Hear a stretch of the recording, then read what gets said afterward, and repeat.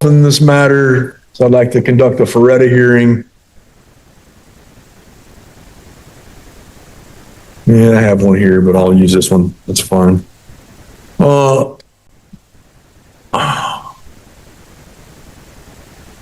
Ms. Butler, please raise your hand to be sworn. Do you swear or affirm under penalty of perjury to tell the whole truth and nothing but the truth? Yes. Okay, thank you. All right. Are you under the influence of any alcohol or drugs today? No. All right. Yeah, we set a trial already. Your trial set for August the 18th and 19th, and you've indicated you want to represent yourself. Did you have a chance to review the pro se waiver rights form I presented you in open court? I looked at it a little bit. Did you sign off on that? No, I did not sign off on it yet. Okay. Would you like to have more time to review it before you sign it? Yes. Can I get the second page, please? Because I have written on the back of it. You have a spare? I'm just gonna give me a whole new one. Can I also address something? You just let me know when I can. Oh, go ahead. When we spoke earlier about the document that was submitted, I just want to inform you that the head clerk is aware of it. Since May 11, they've been working with me, providing me all the accounting. What you just gotten just now, I think one of your staff did not follow the correct procedures.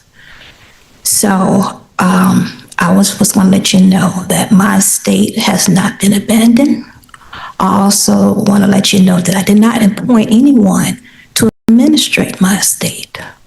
So, for that being said, I'm coming here with honor, clean hands, and no controversy. I do not want to argue about anything.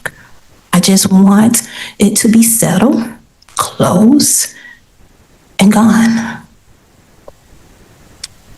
Okay, ma'am. Anything else? When you do present another date for me to come in, would I be able to talk about this matter?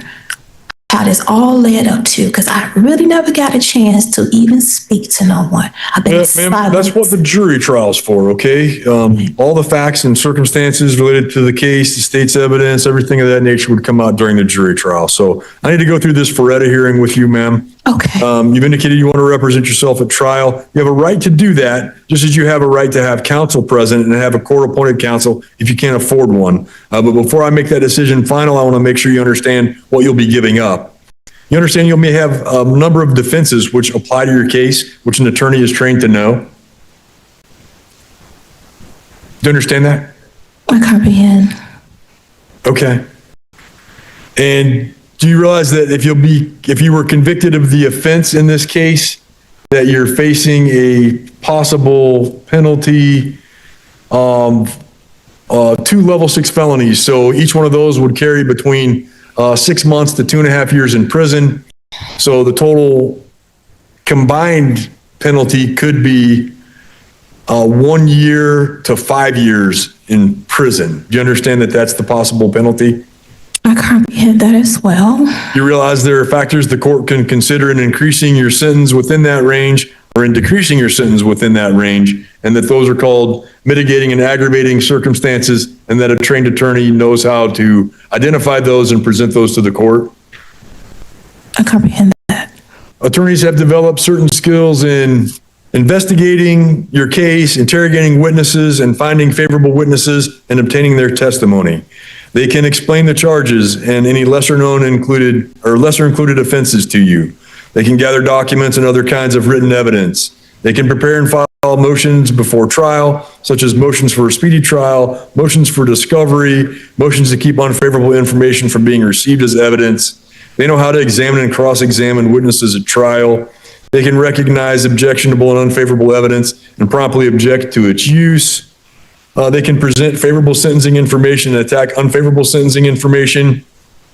At a jury trial, they can present favorable opening and closing statements, prepare appropriate written jury instructions, and select a jury. They have the training, knowledge, and skill at properly preserving the record of the case for purposes of an appeal. An attorney can also evaluate the strengths or weaknesses of the case against you and give you expert advice on whether you should attempt to seek a plea agreement with the state, which may result in the dismissal of some of the charges and a recommendation for a favorable sentence in return for your plea of guilty. Do you understand all that? I comprehend it. Okay. You must understand if you decide not to have an attorney, you will not receive any special treatment with your defense. You have to follow the same rules and procedures in your case as an attorney would have to do. Do you understand that? Yes, I comprehend that, so. Okay, so you filed these documents with the court, and these documents make statements about an Office of Executor Observations, findings regarding Porter County Superior Court interaction with Tierra Lene Butler. You talk about final order to settle and close. Yes. Different things like this. Yes. And then there's like a recitation of chronology, different things of that nature. And a few minutes ago, you mentioned something about how the clerk's office is helping you like settle your accounts and different things of that nature. You understand that those aren't themes or processes that are part of the criminal court proceeding? Well, I had did some research on my case, and I noticed that I had in a high. That's not the question I asked. No. I think you misunderstood the question. It's not criminal. It's not criminal. Oh, you're here in a criminal proceeding. Do you understand Yes, that? yes, I am in a criminal proceeding, but like I've been trying to explain, ever since when I had. Well, I need you to answer the question I asked you. Okay. Which was whether you understand that these documents and things that you file with the clerk's office, what's the receipt date on this? It should be April 16th or 15th. April 16th it was received, so just yesterday. That these aren't criminal matters that you filed with the court? Those aren't criminal matters, the violations that have been held against me. Yes, that's a lot of violations. You understand they're not, though. I mean, these aren't things of a criminal nature that would be part of this criminal case. Well, you saying what I just filed is not what criminal? This Explain a little bit document, clearer. these papers seem to indicate that you're trying to proceed in equity or under Yeah, that's sort of a pseudo legal jargon, some type of a, Is we in the Article Court 3 right now? say again? Are we in the Article Court 3 right now? I don't understand what you mean. This is the Means Supreme that, Court of Porter County. okay, so we basically still in the same court as administrator. So you're basically trying to administrate my state. What I was letting you know. Okay, Ms. Butler, you understand that these administrative things that you're talking about aren't part of this court proceeding? I know, I'm aware of that. I was talking to myself, but what I'm saying is I have done some research, okay? And I actually wanted to address it, and I'm not getting no assistance with the public defender, okay? What are you trying to address, ma'am?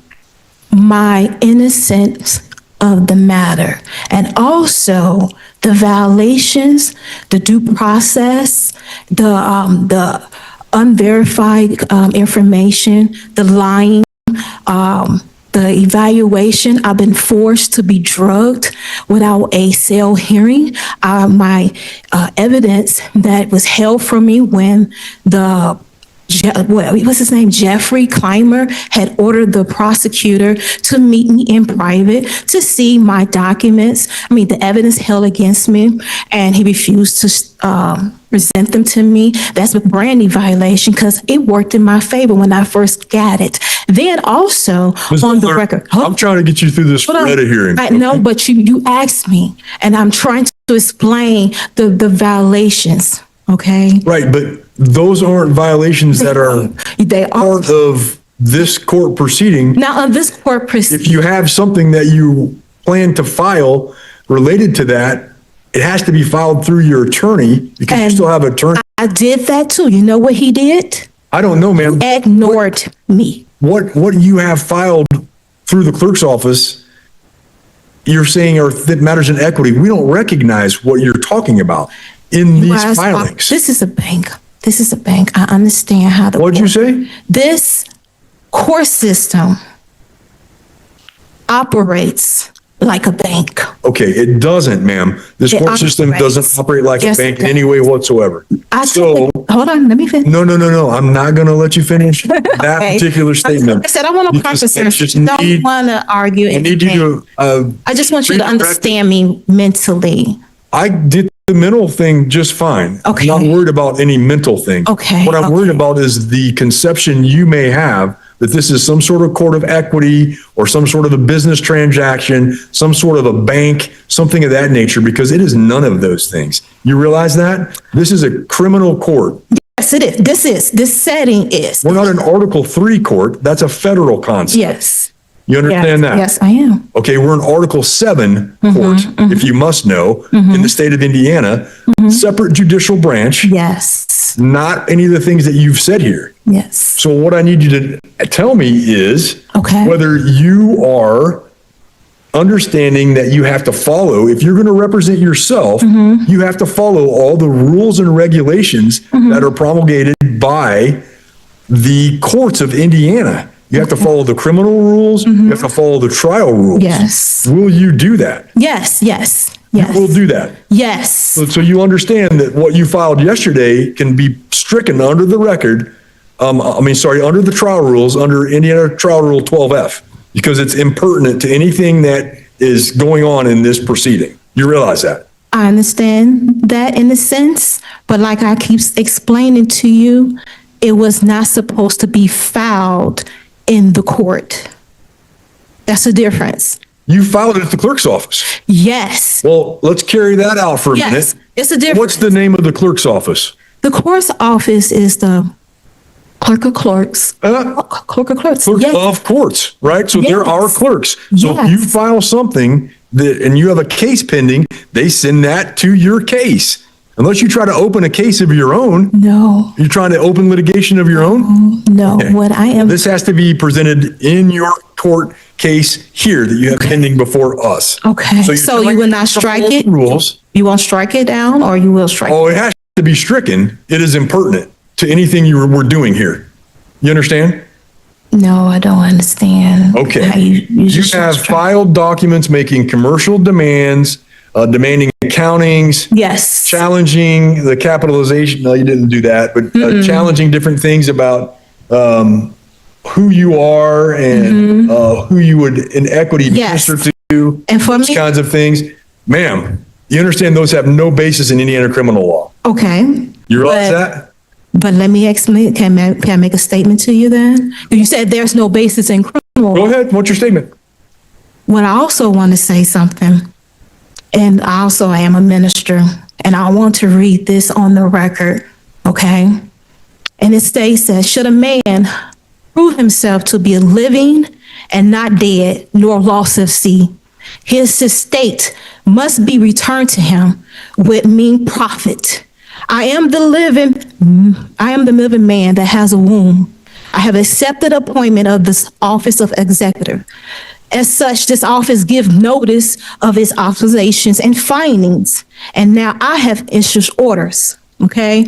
And in the scripture, the living and the spiritual man judgeth over all things, yet he shall be judged by no man. And that's 1 Corinthians chapter 2, verse 15.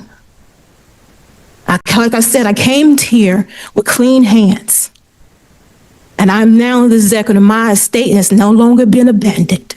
And I don't allow no more trespassing and interloping upon and administrating it. I discovered a lot of things along the way, putting me in this position.